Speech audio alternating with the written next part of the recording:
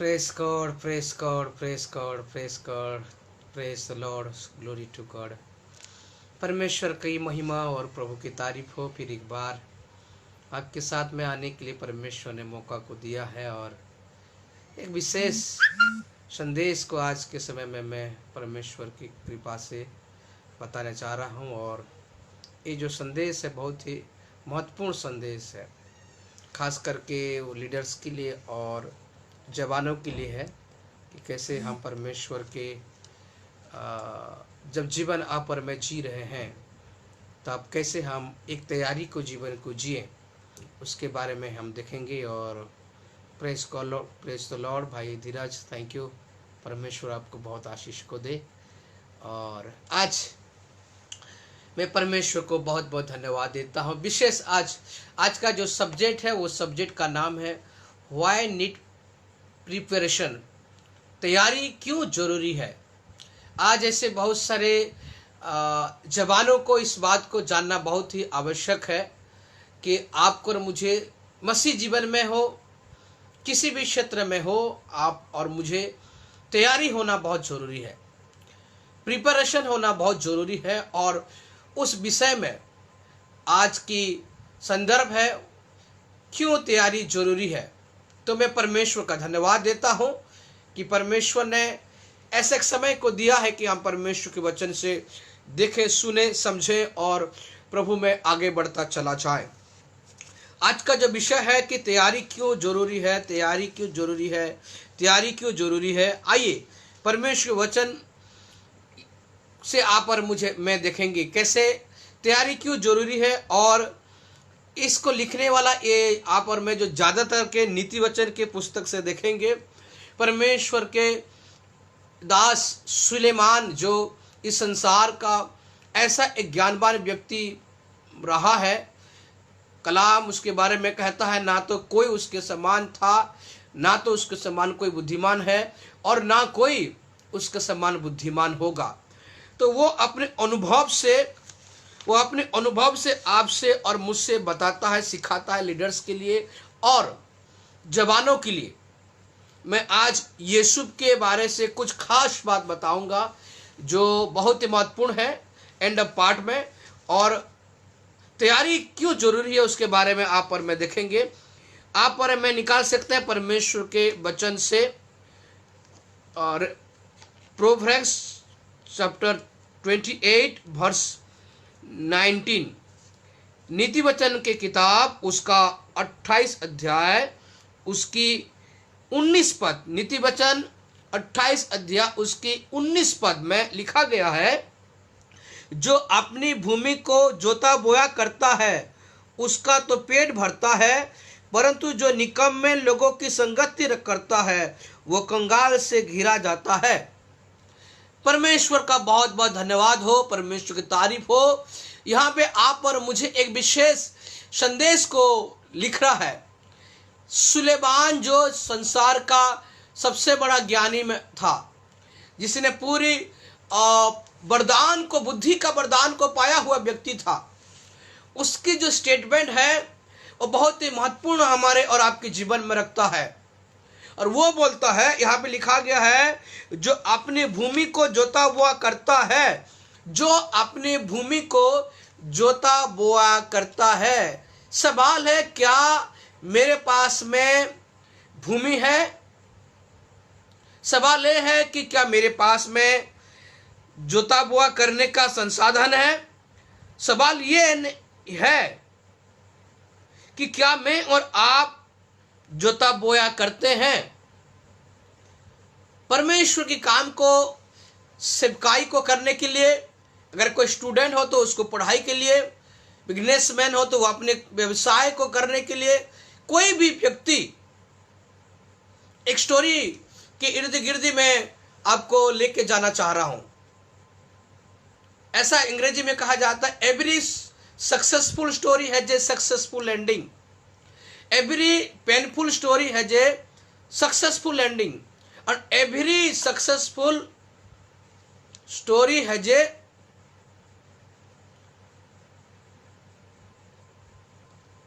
Painful ending. जो कोई व्यक्ति शुरुआत में सफलता के असफलता के साथ में जीवन को कोशिश करता है। Every successful story has a successful ending, every painful story. हर एक जो स्टोरी होती है प्रारंभिक रीति में, जब कोई व्यक्ति तैयारी करता है, every painful story has a successful ending, every painful story. किसी के भी जीवन को आप उठा के देखिए, उन लोगों ने शुरुआती दौर में बहुत ही दुख को उठाया है, सेवकाई में क्यों ना हो। और हम दुनिया की तौर पर देखें तो एवरी पेनफुल स्टोरी है जैसे सक्सेसफुल एंडिंग, लेकिन उसकी जो एंड ऑफ पार्ट है वो सफल रहा है।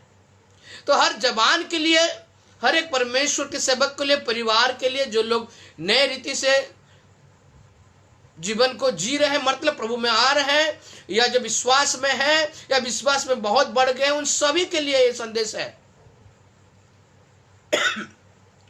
परमेश्वर हमारी सहायता और मदद करे कि आप और मैं अपने जीवन को जोता और बोया करें, कि यही जीवन में या तो इस जमीन एक था, जगह जगह अलग था, जमीन अलग अलग प्रकार का था।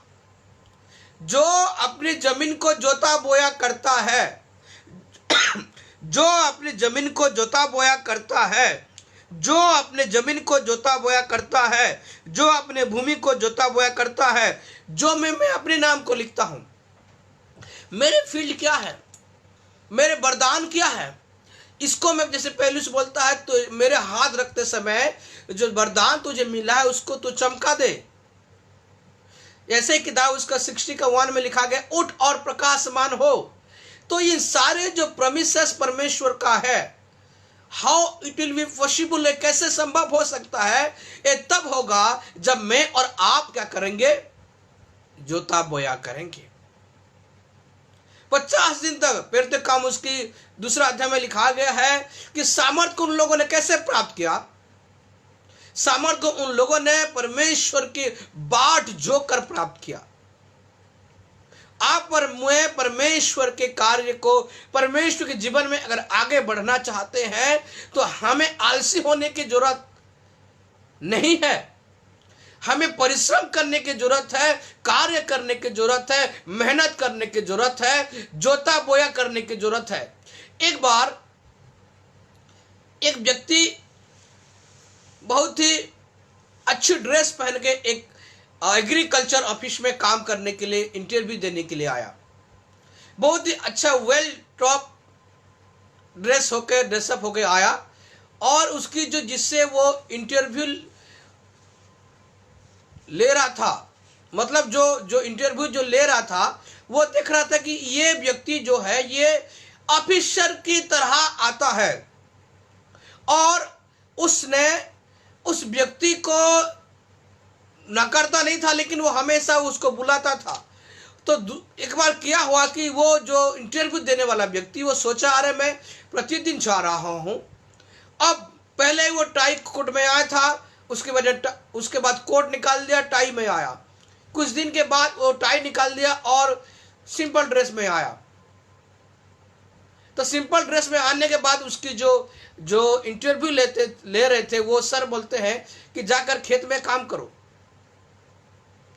वो अलग अलग तरीका से उसको बताया करते थे कि खेत में काम करो, लेकिन वो अपनी पोशाक के कारण, अपनी बाहरी रूप और ठाट बाट के कारण वो खेत में जाकर काम करना उनको स्वभाव के खिलाफ था, उनकी सोच के खिलाफ था। लेकिन वो एग्रीकल्चर में काम करने के लिए, इंटरव्यू देने के लिए आया था। बाद में उसको समझ में आता है कि अगर मुझे एग्रीकल्चर में काम करना है तो टाई और कोट का जरूरत नहीं है, मुझे सिंपल रहकर खेती किसान जो लोग काम करते हैं उनके साथ में मुझे काम को करना है।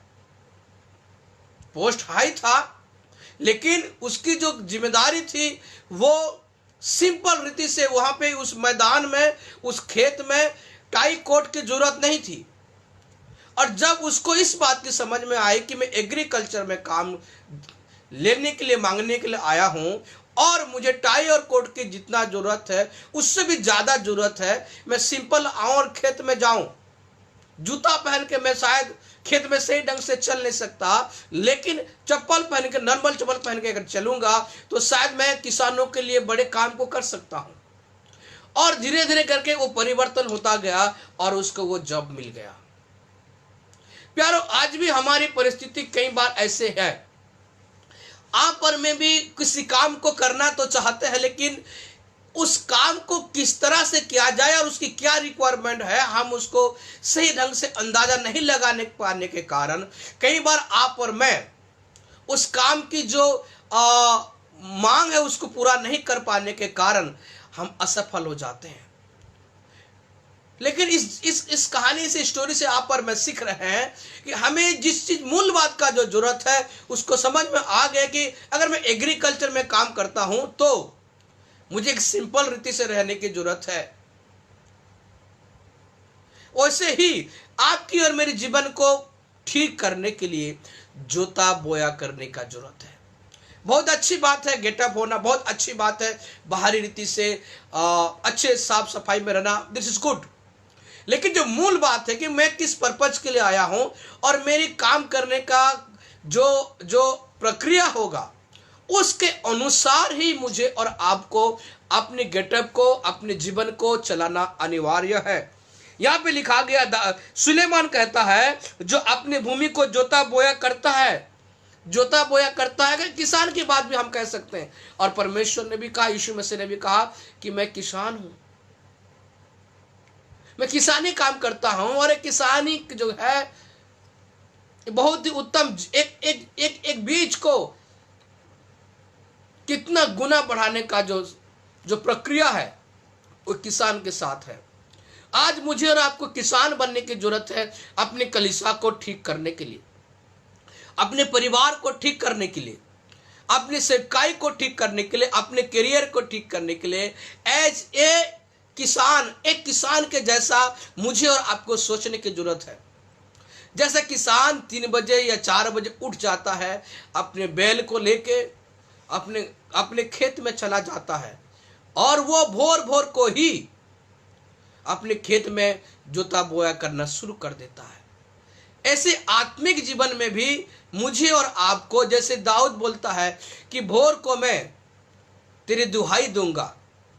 प्यारो भाई और बहनों, परमेश्वर की कार्य को मैं और आप अपने जीवन में अगर देखना चाहते हैं तो हमें एक तैयारी करना पड़ेगा, हमें पसीना बहाना पड़ेगा, हमें परिश्रम करना पड़ेगा।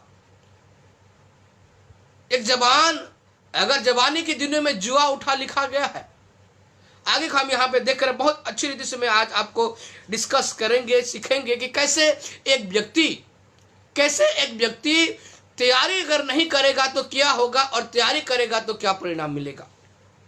यहां पहली पद में ही अच्छा लिखा गया है कि जो अपनी भूमि को जोता बोया करता है उसका पेट भरता है। आज के समय में लोग पेट तो भरना चाहते हैं लेकिन जोता बोया करना नहीं चाहते हैं।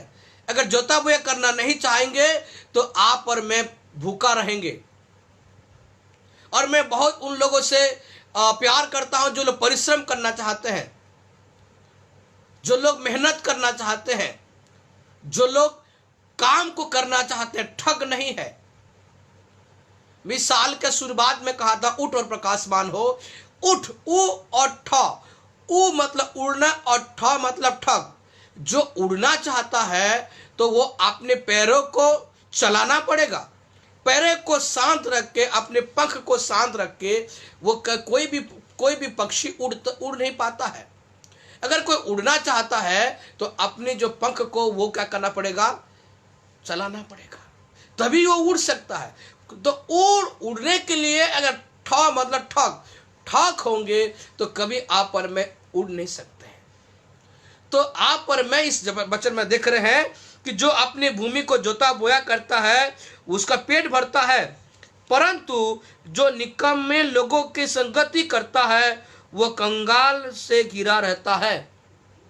परंतु जो निकम्मे लोगों की संगति करता है वो कंगाली से घिरा रहता है, कंगालपन से घिरा रहता है।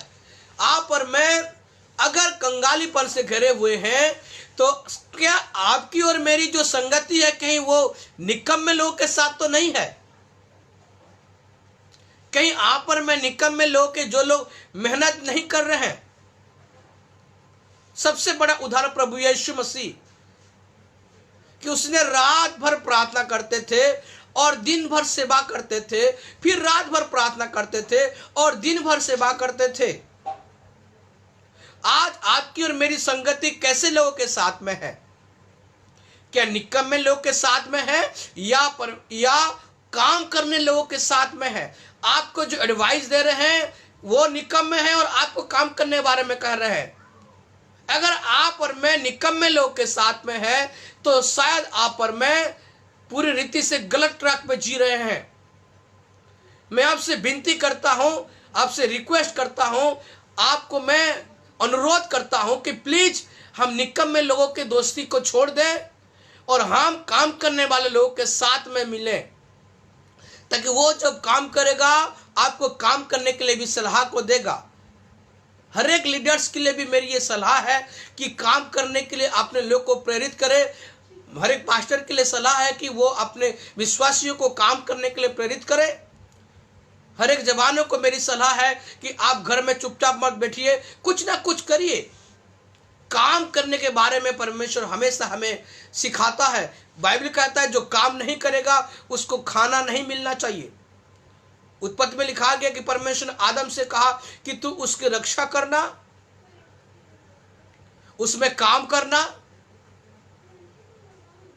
तो परमेश्वर आपको और मुझे इन दिनों में कोई उपाय को निकालिए, आप कैसे काम करेंगे, क्या कर सकते हैं। काम भी अलग अलग प्रकार का काम है, लेकिन उचित काम को आपको और मुझे करने की जरूरत है। नहीं तो आपको और मैं अपनी संगति को बदलने की जरूरत है। अगर कंगालपन में जो लोग हैं उसके कारण ये हो सकता है कि वो निकम्मे लोगों के साथ में संगत है। 19 का 18 में 29 का 18 रीति वचन 29 का 18 में हमने 28 का 19 में देखा है, 28 का 19 में देखा है। अभी आप और मैं देखें 19 का 18, जो सिधाई से चलता है वह बच जाता है, परंतु जो टेढ़ी चाल चलता है वो अचानक गिर पड़ता है।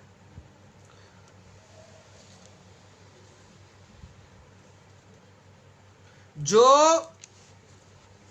कलाम और एक बात को बताता है,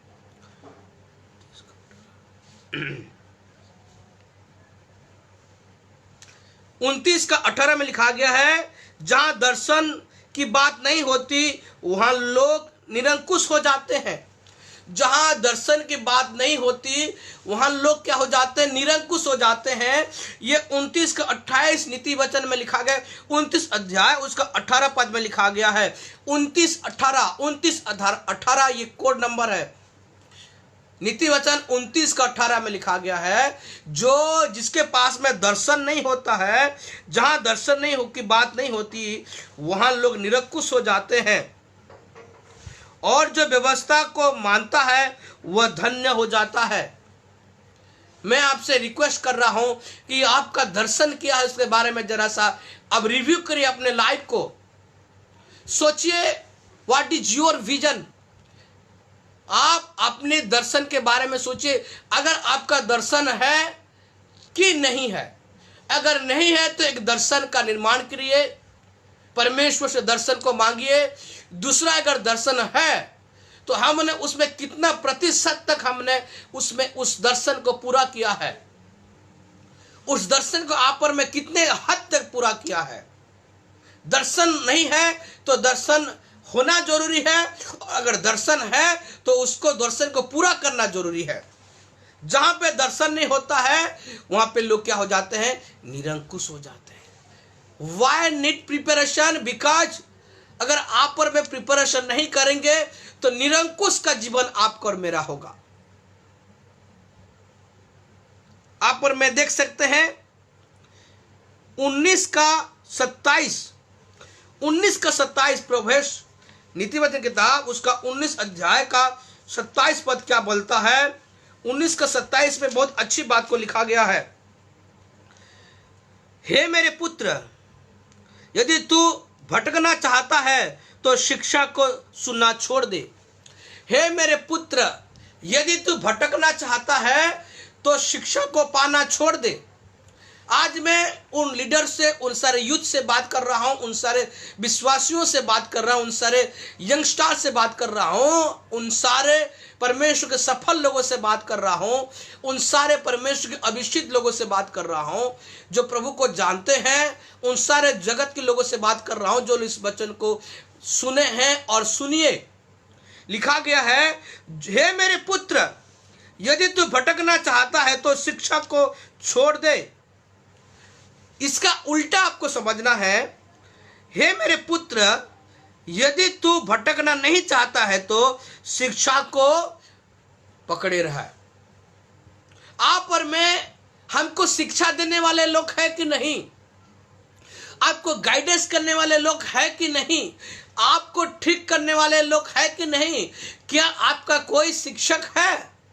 कोई आपका गुरु है जो आपको सिखा सके आपकी जीवन रूपी इस जमीन को? कलाम कहता है कि जो अगर बेटा तू अगर भटकना चाहता है तो शिक्षा को छोड़ दे। आज एक थोड़ी सी एक तो शिक्षा वाले संदेश में दे रहा हूं। बेसिक एक बहुत ही संदर्भ जो हमारे लिए बहुत ही जरूरी है। मूल बात, चावल घर में होगा तो अगर सब्जी नहीं भी होगा तो नमक के साथ हम चावल खा के हम एक समय की जो भूख की आग को हम बुझा सकते हैं। क्या आप पर मैं कोई शिक्षा देता है तो हम उसको किस स्तर तक लेते हैं? हम उस शिक्षा को किस तरह से स्वीकार करते हैं? यह कोई हमारा शिक्षा या गुरु है कि नहीं? अगर नहीं है तो प्रार्थना करिए और एक उत्तम गुरु, उत्तम शिक्षक को चुनिए। हालांकि यीशु मसीह एक सबसे बेहतर शिक्षक है, लेकिन इस संसार में हमें किसी ना किसी के हाथ पकड़ने की जरूरत है। एक अच्छा चरवाहा होने की जरूरत है, एक अच्छा गुरु होने की जरूरत है जिसको हम अपने बातों को बता सके। ऐसा कोई भी इंजीनियर नहीं हुआ जो बिना पढ़े हो गया है। तो आप और मैं सोचे इस बात को कि हे प्रभु, मुझे सिखाने वाला जीव अगर मैं प्रार्थना करता हूं तो मुझे सीखने वाला हृदय को भी दीजिए। परमेश्वर आपकी और मेरी सहायता और मदद करे। कई बार आप पर मैं जो अच्छा काम को करते हैं तब कभी कभी शैतान आपको और मुझे गलत शिक्षा को दे देता है, आपको भरमाने के लिए कोशिश करता है।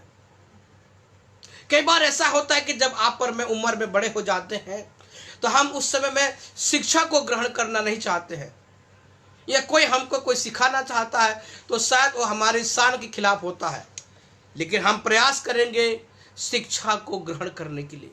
जिस दिन आप शिक्षा को सुनना ग्रहण करना छोड़ देंगे, उस दिन से आपको समझ में आ जाना चाहिए कि हमारा भटकाव का यात्रा शुरू हो गया। और जब तक आप और मैं शिक्षा को मानते रहेंगे तब तक हम रास्ते में रहेंगे, भटकेंगे नहीं। परमेश्वर इस वचन के द्वारा आपको और मुझे आशीष को दे। जवान अपने जवानी के दिनों में अपने जुआ को उठाए। ये परमेश्वर का वचन में लिखा गया है। परमेश्वर आपको और मुझे आशीष को दे, बरकत को दे कि आप पर मैं तैयारी के जीवन को जिए। एक कुम्हार भी जब अपने बर्तन को बनाता है तब वो उसको तैयारी करता है।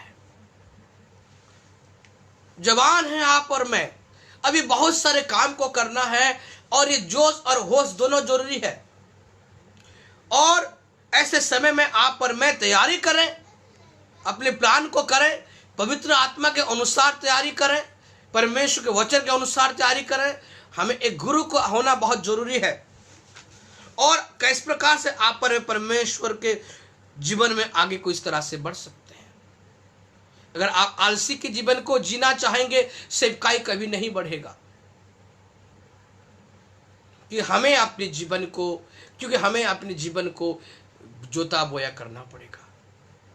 एक बेहद खास बात मैं आपसे कहना चाह रहा हूं, यीशु भी अपने जीवन में अपने जीवन को जोता बोया किया। जो दर्शन मिला उस दर्शन में काम को किया। जो परमेश्वर ने जो काम को उसको दिया, जो प्रोजेक्ट को दिया था, उस प्रोजेक्ट में उसने काम को किया है। इसका सारांश मैं यूसुफ की बाइबल की स्टोरी के बारे में आपको नहीं बताऊंगा, लेकिन उसकी जो पॉइंट है जिसके द्वारा वो सफल हुआ उसके बारे में आपको बताऊंगा।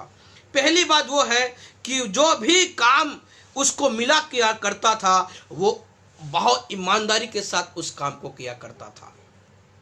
उसने अपने पिता काम उसको सौंपा था कि अपने भाइयों की खबर को लेके आना। उसने ईमानदारी के साथ उस काम को किया। पिता ने उसको भेड़ बकरी चराने के लिए बोला था, यूसुफ ने उसको ईमानदारी के साथ काम किया। फादर के हाउस में उसने बहुत ही ईमानदारी के साथ काम को किया।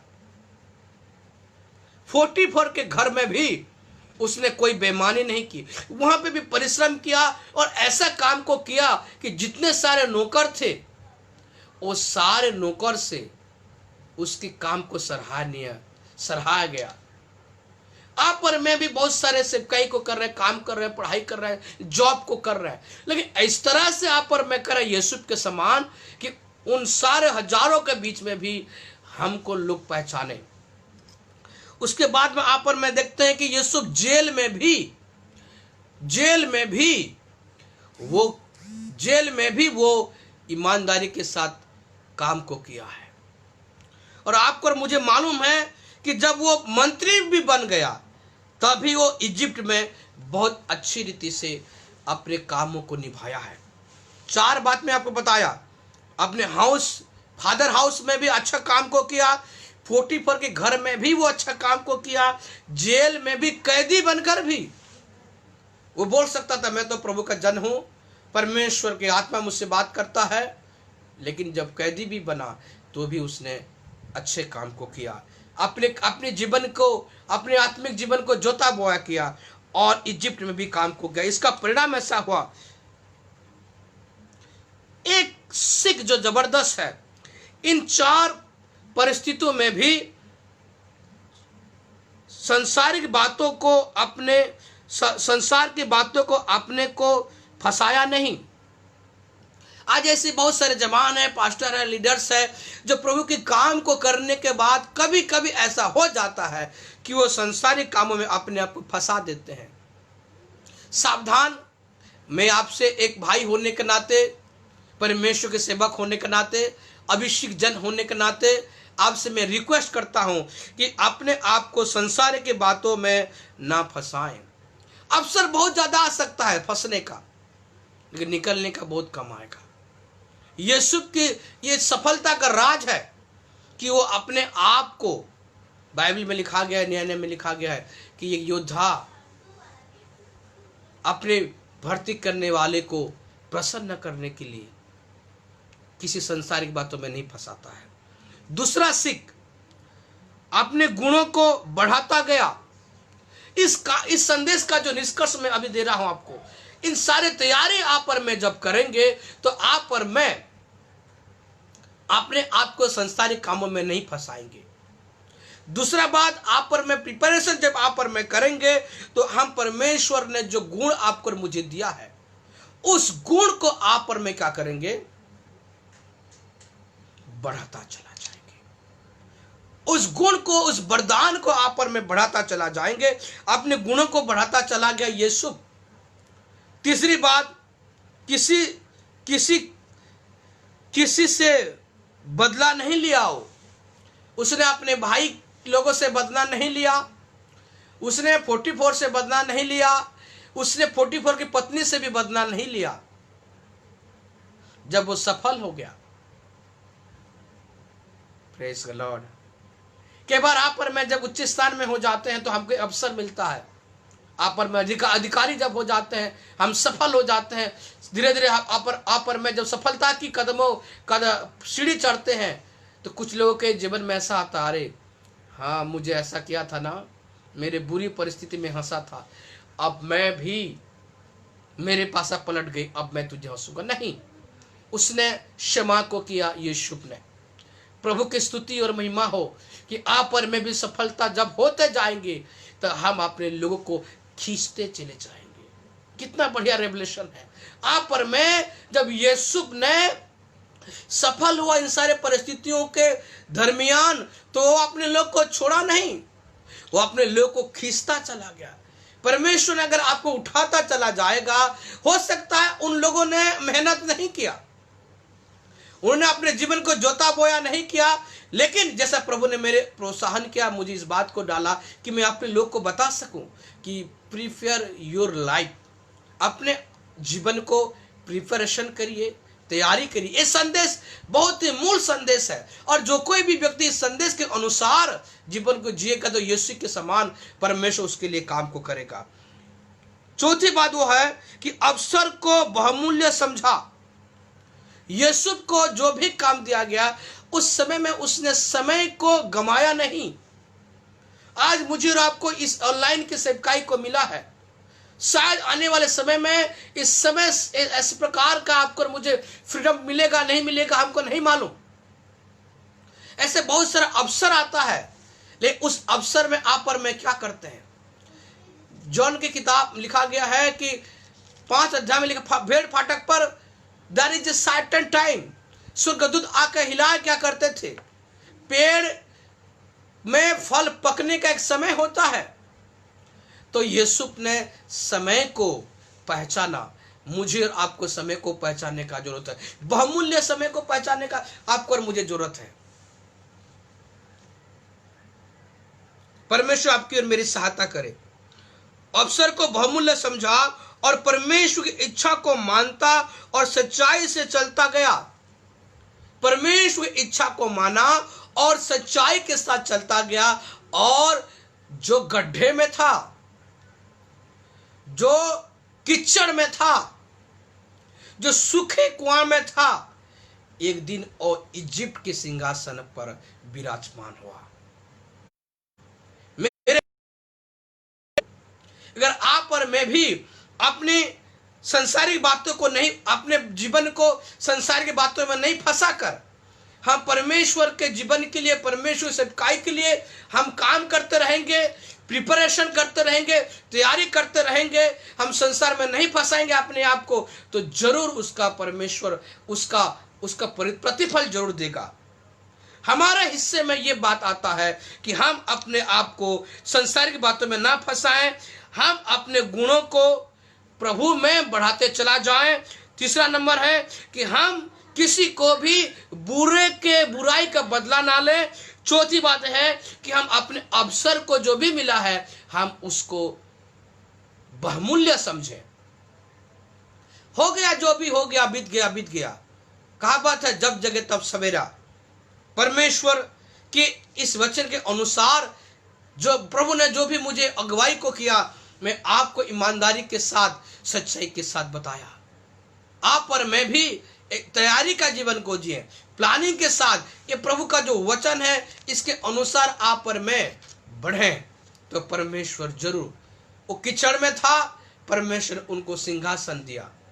आज जिस अवस्था में भी है परमेश्वर, अगर आप पर मैं, लेकिन जैसे मैं पहला बात ही बताया आपको कि आप पर मैं अगर नीति वचन के अनुसार 28 का 19 के अनुसार अगर जो जोता बोया अपने जमीन को करेगा वो पेट को भरेगा, लेकिन जो कंगालों का संगति करेगा, जो निकम्म का संगति करेगा, वो अपने जीवन में आएगा और फिर चला जाएगा।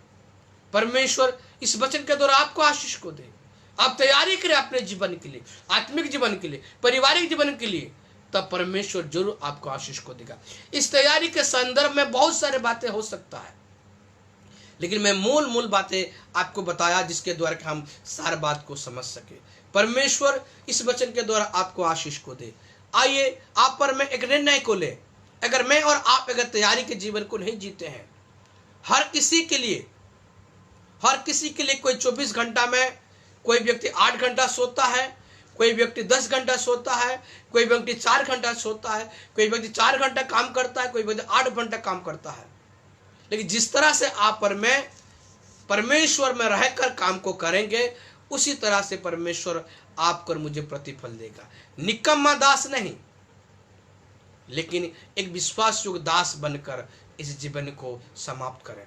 परमेश्वर इस वचन के द्वारा आपको और मुझे बहुत आशीष को दे। मिलकर बहुत अच्छा लगा, और प्रार्थना करते रहिए कि ऐसे ही लीडर्स के लिए और विश्वासियों के एनकरेजमेंट के लिए, जवानों के तैयारी के लिए जो हमने एक आंदोलन शुरू किया है, सोल विनिंग, कोई भी प्राण नाश ना हो, चाहे वो आत्मिक रीति से, चाहे वो संसारिक रीति से, चाहे वो फाइनेंशियल रीति से, कोई भी परिवार बर्बाद ना हो। इस मुहिम को आप पर आपकी प्रार्थना से, परमेश्वर गवाही से शुरू किए हैं। आप जरूर अपने प्रार्थना में रेवरेंड जे के नंदा को याद करिए और उनके सेवकाई को याद करिए। परमेश्वर इस वचन के द्वारा मुझे और आपको आशीष को दे। जय मसीह की। God bless you so much. आइए हम प्रार्थना करें। हे मेरे जीवित खुदाबंद परमेश्वर प्रभु यीशु मसीह, एक सुंदर प्रिपरेशन की सब्जेक्ट के ऊपर में आज बात करने के लिए तूने मौका को दिया प्रभु।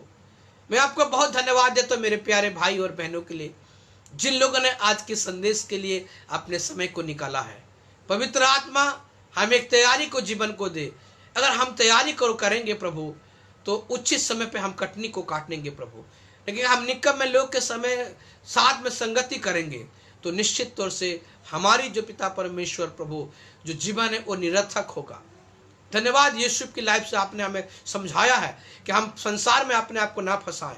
जो कुछ भी तूने आप कर मुझे, जो आपने हमें जो वरदानों को दिया है, हम उसको निखारें, अपने गुणों को निखारें। और पिता परमेश्वर अपने भाइयों को हम जब सफल हो जाएं तो हम उसको खींचने वाला बने, और सच्चाई के साथ में समय को बहुमूल्य समझने के लिए तू सहायता कर। हर एक जवान के लिए मैं प्रार्थना करता हूँ, जो जवान इस संदेश को देख रहे हैं प्रभु, उन पर भी तेरा आशीष और अनुग्रह रहे। सब बातों में प्रभु हम आपको बहुत आदर देते हैं, और ऐसे ही हम आपसे प्रकाशन को चाहते हैं, ऐसे ही हम इस भेदों को चाहते हैं, शिक्षा को चाहते हैं। क्योंकि तेरा वचन में हम देखे हैं कि हे बेटा, हे पुत्र, यदि तू भटकना चाहता है तो शिक्षा को छोड़ दे। तो प्रभु नहीं, हम भटकना नहीं चाहते हैं, तो हम शिक्षा में बने रहने के लिए तू सहायता कर। सारे बातों में आपको महिमा मिले, हम घटता जाए और आप बढ़ता चला जाए। ये प्रार्थना उद्धार करता है यीशु मसीह के नाम से मांगता हूँ, आमीन। Thank you. God bless you. प्रभु आपको बहुत आशीष को दे। जय मसीह। Thank you.